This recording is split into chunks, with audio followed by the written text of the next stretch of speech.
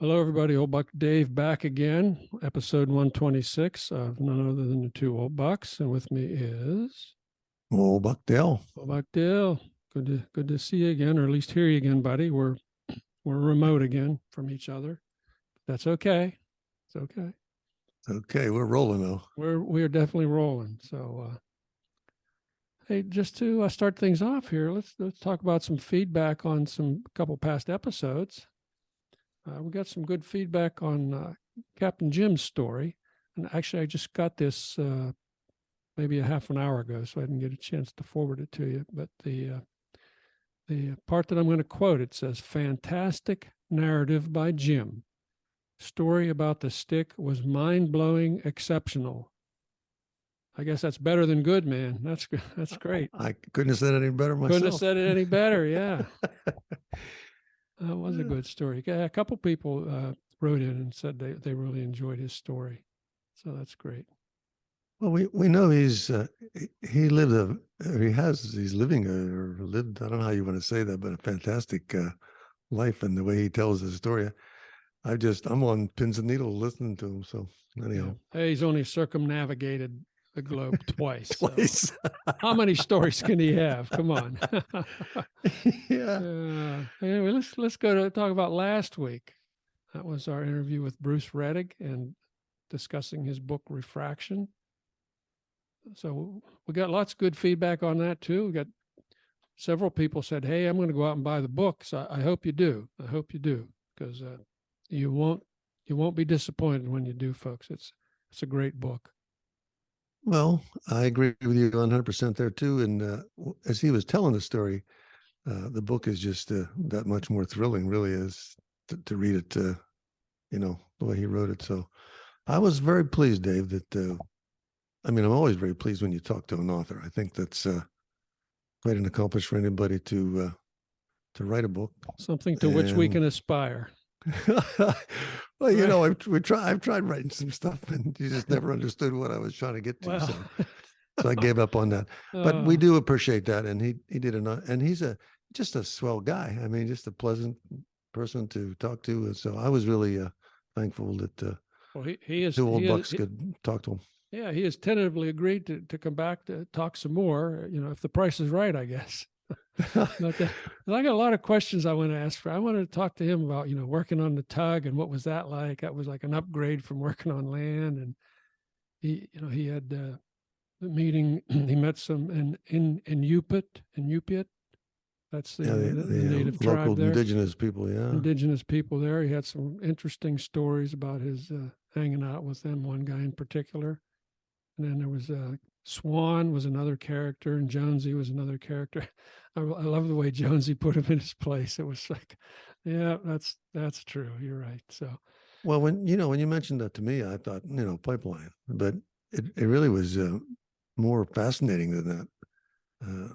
The barges and the boats and the close quarters and the everything about that. It's really it's really an interesting read, and I'd recommend it for any would-be adventurers out there. If you think you got the courage to do something like that, to pick it up first. Speaking of adventure, just got to notice that Bruce has gotten 2 more recognitions, awards. The book was nominated for an award in Forward Reviews in 2 categories, ecology and environment, and 1 in adventure. So there you go. So more and more folks out there. Now, these are people that do real book reviews. So it's not just 2 old bucks saying this is a good book. These are real book reviewers, folks. Yeah, you know how bad my reviews are, but all I know is I did enjoy this, like I said, this story. And anybody that wants to travel up there without actually going there, I should probably pick it up. So, Yep. There's more. There's another near-death experience in there for you to read about, folks. It's pretty amazing. Speaking of near-death experiences. Oh, good segue. Yeah. Hey, I was telling you the other day, a buddy of mine, an old work buddy named Mike, stopped in to say hi. Spent a couple days in the area with his sleek Airstream trailer, looking dapper and cool. He said, "Oh, did I tell you that I died on December 26th?" I said, Well, I don't think you did, Mike. I said, what's that? Huh. What does that mean? He said, well, he said, I had my second heart attack. And he said, I was at my daughter's house and I started feeling strange and kind of dizzy. And then my arm started going numb and I started feeling bad. And my wife called 911. So he said, fortunately, number one, fortunately, we were at my daughter's house, not our house, because their house is kind of remote. Okay. Her daughter lives very close to a major medical center. All right. So calls 911. Fortunately, the 911 van just happens to be a few blocks away. Okay. So they're there immediately. That's two fortunatelys. That's two. Okay. It's two, fortunately. Well, the other one, his wife's a nurse, so she's clear thinking through all of this too. There you so go. that Number really three. helped. That really helped. Yeah. All right. So the 911 guys take him. Yeah. Oh yeah. You're having a heart attack, man. And they get him to the hospital. And just coincidentally, the crack cardio team is there. Okay. The cardio wizard happens to be in the hospital at this time where he normally wouldn't be. All right. So they say, okay, we got to give this, got to put a stent in him. You know, they go in your groin and fish the stent up through your, up to the heart. Mm-hmm. So he said, so he did this. He started doing this procedure. He said 2.5 minutes into the procedure, while he was working its way up to the heart, my heart stopped. So, so he's, in a way, he's dead. And he said, this guy had the coolness, the presence of mind to just keep doing what he was doing, just keep working on getting the stent, Opening the vein up, opening the vessel up with the stent. So he got the stent in place, took the equipment out, put the paddles on him, and it took a couple shocks, and he still got the scars on his chest to show it, to prove it. He says, and after 2 more minutes, his heart started beating again. So he was without a heartbeat for 4.5 minutes. So, and there's no brain damage.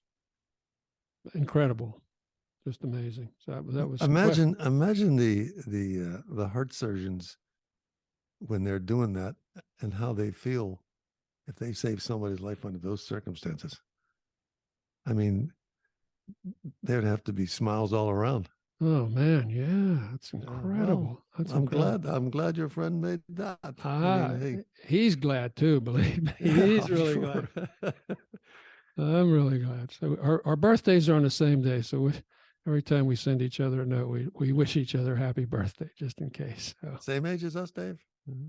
He is a pup. He's like 14 years younger than I am, I think. Oh, my soul. Yeah, he's a pup. But so he's got a lot of stuff to do. Yeah, he's got some genetic issues that he's fighting there as well. So, but that was his second heart attack.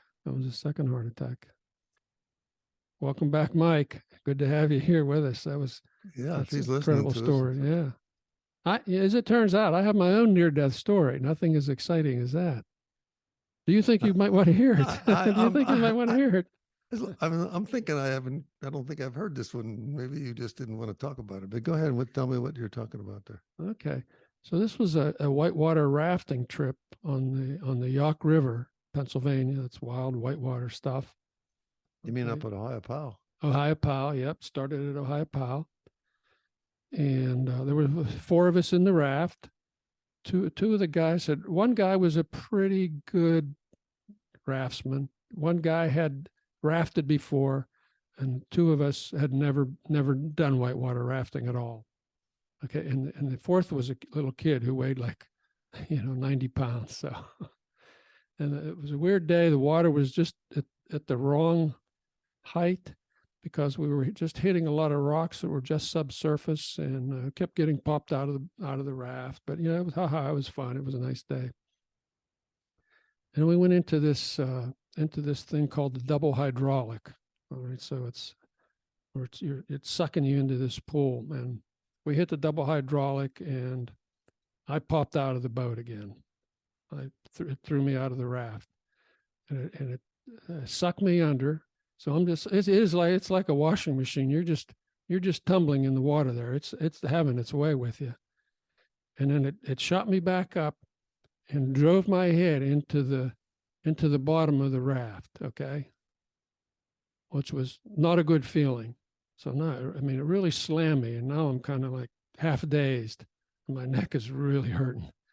And it sucked me down again, washed me around a little bit more, threw me up again, launched me again vertical. And this time I popped out of the water, and the raft was right there, and I grabbed it, and I said, "Oh, thanks, jeez." And the guys pulled me into the raft, and I looked up. It was not my raft. It wasn't. It wasn't. My raft was downstream, and those guys were all panicked, like, what happened to Dave? We can't find Dave." And yeah, so that was spooky. That was really spooky, because you're under the water there, and you're not in control, man. It was just like, okay, whatever's going to happen is going to happen here. And I do know a little bit about that rafting thing. I didn't. I would say that this particular rafting journey, depending on the water, is really, I mean, really can be really, really rough. I mean, it's a famous rafting location. There's all kind of outfitters up there, and a lot of people go there all the time. But yep, they warn you that it is dangerous if you get kicked out of that thing. So in essence, you had to think about that really quick. What were you thinking about? Like just getting out of the water? That's what I would. that's all. That's the only thing that was on my mind was find oxygen. You know, and but I had no. I mean, the current was, it was just like a big. It was tumbling me. It was just turning me in circles.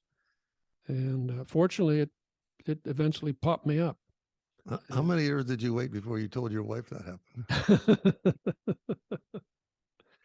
Oh man, that was a crazy day. I mean, there's nothing worse than coming back from one of those trips after that and saying, "I almost died out there." Almost died, yeah. She says, "You're never doing that again. I'm telling you, don't ever think of that." So, well, it was just a weird day, because when we went into the first white water, there were several rafts. Okay, so there was another raft. It was a father and two kids, and two adults and two kids. And this guy got popped out on the first white water, and he smashed his head, and blood was streaming down his head. And he said, you know, they got into the calm water. And he said, "That's it. We're done. We're gone. We're going home." and that's not too far from the start. Yeah, that was right at the start. That was the very first whitewater at the start. So that was just a bizarre day. But. Well, I myself, when it comes to near-death experience, I think, I mean, I would think some listeners could probably relate to something like this. And that was, you know, that one where it just a second or two sooner, you know, Oh, you yeah. been at the right spot. Yeah. You said, "Geez," and then your knees hurt and all that kind of thing. But nothing trapped like that. I don't think I've ever been in anything. I don't recall anything that I would have remembered, I'm sure, but I don't think I've ever been in anything. So I probably don't qualify it as a near-death experience, but I know there was a couple of times in my life I'm thinking, boy, 6 feet from where I'm at, and that would have been it for me. Yeah. Yep. You know, you just carry on then. So carry on. Well, this all is predicated from the book, and I think you need to read the book Reflection. Yep. You'll see what he's talking about. Yeah, this is refraction. Refraction Nightmares. Yeah. And Bruce has done it to us, man. We're moving right along. Have you noticed that there's trouble in podcast land? You know, I haven't been following that. I was kind of incommunicado for several days. That's true. Your wife was doing a transatlantic journey, and you were. I was hiding out in the woods in the you were Carolinas. Lost. You were. You were watching television. Yeah. I haven't seen anything. You had a good adventure. Well, this was a couple news articles I just read. You know, the big podcast publishers are laying off staff. You know, advertisers are pulling in their horns, cutting ad money. You know, Obama and Springsteen had a podcast. They were not renewed. So actually, downloads are actually up 20% year over year. But there's a whole lot less money being tossed around. Okay, people, it wasn't the it wasn't the golden goose that or the You mean golden egg, the not the commercial golden. venture that they were hoping for? Yeah, people. Yeah, they just it just didn't. How do they make their money? They make their money through ads and subscriptions, and they thought everybody would be dying to have a premium subscription where you didn't hear ads and you heard other stuff, bonus content. Not happening. Okay, so Well, yeah, but you know the old bucks. We work from week to week. well, we've still turned down all these lucrative deals that have been dangled in front of us. So, there's a lot of people luring us, but So, but I think podcasts. I mean, I'm pretty sure there's quite a few. I mean, I'm gonna say lots. There's just lots of choices, and I don't see how you could cut the pie that thin. We're very, very, very, very happy for the few loyal listeners we get and occasional listeners we live. It's just a joy to do it, and we like to think we make a difference. So yeah, we'll carry on. we'll carry on. But hey, it gets worse. I got more bad news for you here. Oh, go ahead. Okay. This is from the New York Times. It says some women will not date podcasters. Can you imagine that? I'm telling you, good thing we're already married. 30 yeah. 40, So 40 listen. years. Yeah. This is a direct quote from the New York Times. Quote: one woman associates the form with a certain kind of man, one who is endlessly fascinated by his own opinions, loves the sound of his own voice. Well, that's me. And isn't the least bit shy about offering unsolicited opinions on masculinity, sexuality, and women. I don't do all that, but no, I think number one, we're not in the dating pool. Okay, that's true. That's true. We got some long marriages here, so we don't have to worry about Interesting observation. about being turned down. Yeah, and our wives never listen to the podcast anyway, right? That's true. They never listen to us any other time. Why should they listen to our podcast? So I think we're safe. I think we're insulated from that whole nastiness there. What do you think? I think so too, but it's fascinating to think of what all the commentary or thoughts on stuff that comes out. I don't pay a lot of attention to a lot of that, but you think whether there's somebody writing a book about it or talking about it or some editorial about it or something about it. So there you go. All you would-be podcasters, be careful. If you're not married, you're going to have trouble finding a girlfriend. That's true. Yeah, that's funny, guys. They won't tell them their podcast. Say, "Oh, I'm in audio," or I'm in marketing. I'm in audio marketing. Yeah. So anyway, so let's talk about something nicer. Let's talk about Friends. How about Friends? I know that's a favorite of yours. Yeah, that is in fact, that's the premise of this, our whole podcast It is the premise of our podcast. Friendship. I mean, we started out from day one saying, listen, this is what it's all about. Does that have something to do with that article you sent me? Yeah. That was fascinating. Yeah, I'm going to put a link to this. This is an article in Axios, which is it's an online news outlet. And they had this article about making friends and the importance of friendship. And they quote some studies that say friendship, number one, it lengthens our lives, it broadens our minds, makes you a better parent or grandparent in our case. So a lot of pluses. Now they said 27% of millennials say they have no close friends, and 22% of millennials say they have no friends at all, according to a recent survey. That's scary. That's scary, sad, man. It is scary, sad. And I can tell you, I know somebody who, when I said, well, I'm going to visit a friend, and he said, I don't have any friends. And I really, really felt bad about that. Yeah, geez. I mean, my little adventure up into the Carolinas was to visit friends, and I spent time with friends, and we had a good time together, and we encouraged one another, and we had a chance to talk about new times and old times. Yeah. So, I mean, look at our friend VV1. There you go. There's VV1. Everybody, we have to go back in the podcast to figure that one out. But anyhow, she knows who she is. A longtime friend. Yep. So there's And many good more, by the way. contributor. Yep. Many more. So the article, it says, so, how do you develop friends? You got to put in the work. You got to put in the work, man. It says it takes like 50 hours to become casual friends with someone. It takes like 90 hours to become good friends. And when you get around the 200-hour interaction point, then you can become confidants. So you got to put in the time. The face-to-face is really important. And here's talking about what you just said. It says reconnect with old friends. You get a head start with old friends. So rekindle We encourage that. Rekindle some old and diversify. It says you can probably, you could probably have like 3 to 5 close friends plus casual friends and work buddies if you're younger, retirement buddies if you're like us. And you know why? Because life's short, man. Life's short. Well, we have Go through. We have 1,000 hours, Dave. We've got Yeah, we've got 1,000 hours, and any extra hour we can put in is all good. It's all good. Yeah, that's the way I look at it. I mean, if it took us 1,000 hours to get here, we just can't keep adding the hours because it's all good. And there's some other friends listening to us, and then they know that too. Absolutely. We love them all. So yeah, a little preachy there, but I think it's all good advice. It's all good advice. So good advice. Good advice. So what else have you been up to? I know you've been reading books. I read a good book the other day. Just finished a book. What'd you read? I read a story about the Dreyfus affair. The Dreyfus, Zola. This was a twist on that. How an author can take a story and then weave into another story to it, a little twist. And it was one of them first person narratives, and it just kept me going all 400 pages.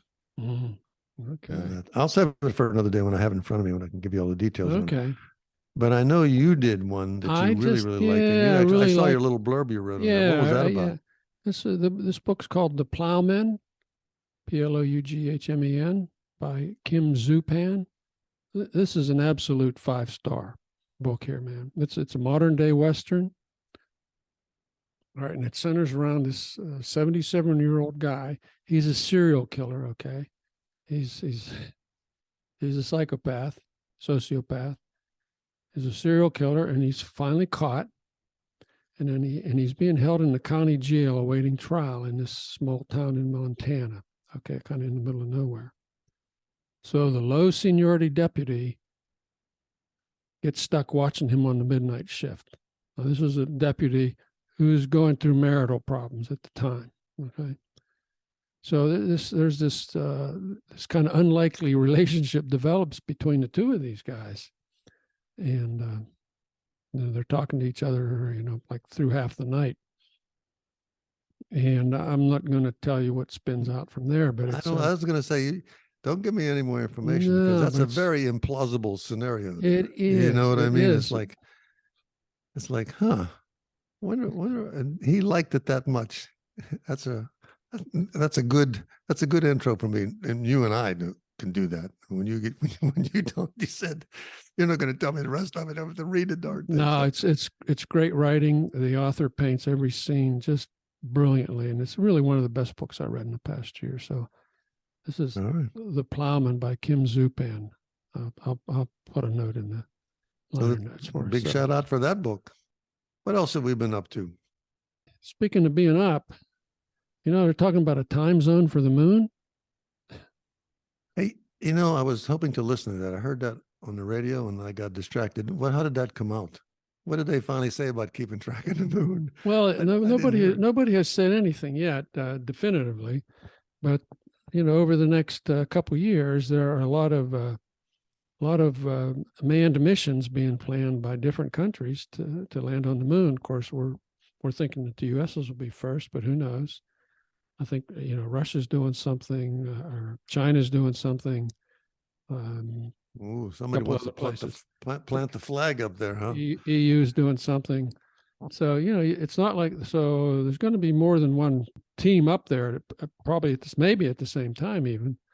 So you can't count mission time. They kind of count time from blast off when you're the only guy there. So they're talking about making it, should we make the moon Greenwich Mean Time? There's one of the hookers, time flows more slowly on the moon than it does on Earth. You mean according to your Rolex? Well, That it has that to be should a still hell. be. It has to be a really good Rolex. Yeah. I mean, watch should work there, right? It would just. Well, but the time flows more slowly because moon, has less gravity. It's all about Einstein and warping the space time and all that sort of thing. So you can't really time it from Earth. I mean, you can do it for regular stuff, but if you're trying to do a landing or trying to do something like that, you got to know the time down to the fraction of a second. You got to be on the same wavelength. And of course, and it takes time for a transmission from Earth. So you got that to take into account also. So now, if there is a would-be writer, there is a real sci-fi story for you, right there.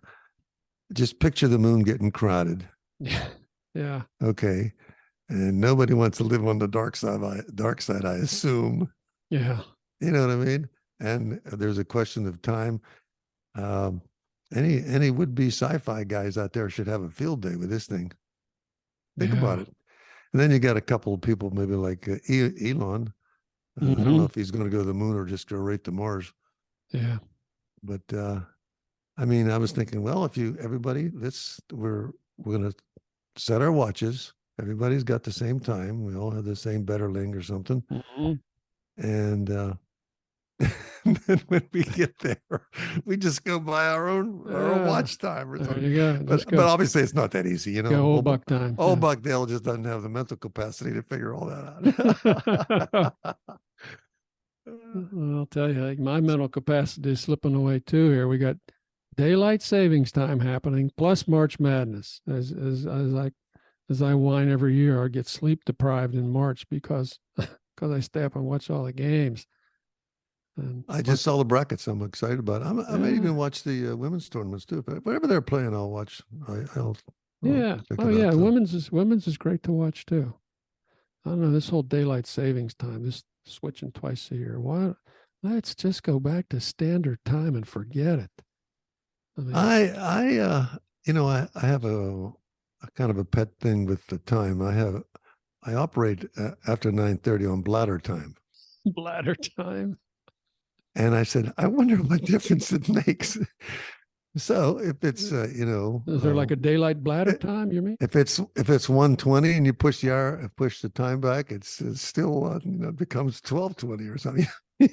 I mean, it's just there's a lot of listeners out there right now are going, ew. There are a lot of them going, I understand what he's talking about. And the other half are saying, oh yeah, I'm with you, man. I feel your pain. Yeah. I think it's probably split right down the middle. So you get up in the morning on Bladder Time and think, oh, it's too early. I'm going to stay in bed. Now you get up in the morning. Oh, it's time to get up at 5 o'clock. What the heck? Oh man. I wish they would have left it alone. I thought, I'm not sure which one. Why don't they just split the difference, Dave? Why don't they just say, listen, we'll make a half an hour forward or knock it back a half an hour and we'll set it at that. And everybody should be happy. You're only off 30 minutes of the regular. Why don't they do that? Just there you go. Old Buckdale said it. I almost don't care as long as they would set it. But, if I had my druthers, I'd just set it on standard time and just stay in sync with the rest of the world. And that would be that. But no. We Americans can't agree on anything. Yeah. Well, we'll see how that plays out. So So tell me more about your adventures. You've been really, really busy with a lot of stuff. Do you have some visitors? I heard you had some visitors. Yeah, we've had a lot of visitors here. That's good. It is good. Yeah, we had a great time. A couple from Pittsburgh were down a couple weeks ago. And then we had last week, we had some friends from Pittsburgh. And then at the end of the week, over the weekend, we had some other friends. My cousin's daughter and her son were down here for a couple of days, enjoying the sun, getting out of the Pennsylvania pain. We had some great weather. We had some good weather. We had a little bit of red tide, but they persevered. It wasn't so bad where they went. The bad news is that we just got a text from her this morning. She said our flight kept getting delayed and delayed. They landed in Pittsburgh at 4 a.m. So, so Well, flying continues to be no fun. flying continues to be no fun. And in the maybe future episode, after, I'll tell you a flying horror story. But anyhow, they made it back, and there you go. There's There you go. another example. If you have friends, very likely they may visit you. Yeah, and it's always and you nice. them. It's nice. It's really nice. Yeah. Well, big shout out to all our friends. I know we have a lot in Normalville, and I say that, but because there is a real Normalville. And There is a real Normalville, and we have friends there. But I always kind of refer to Normalville just where we grew up or something like that. And we have friends out there who listen to us, and truthfully, we're grateful for all of them. It was to get this far in life, and can meet anyone anytime, and know they're your friend. There you go. There you go. On that note, I think that there's only one thing left to do. Say, we will see you next time, folks. This is Old Buck Dave saying best to you all. Go make a friend. You won't regret it. Indeed. And again, this is Old Buck Dale saying the same thing. Talk to you next time.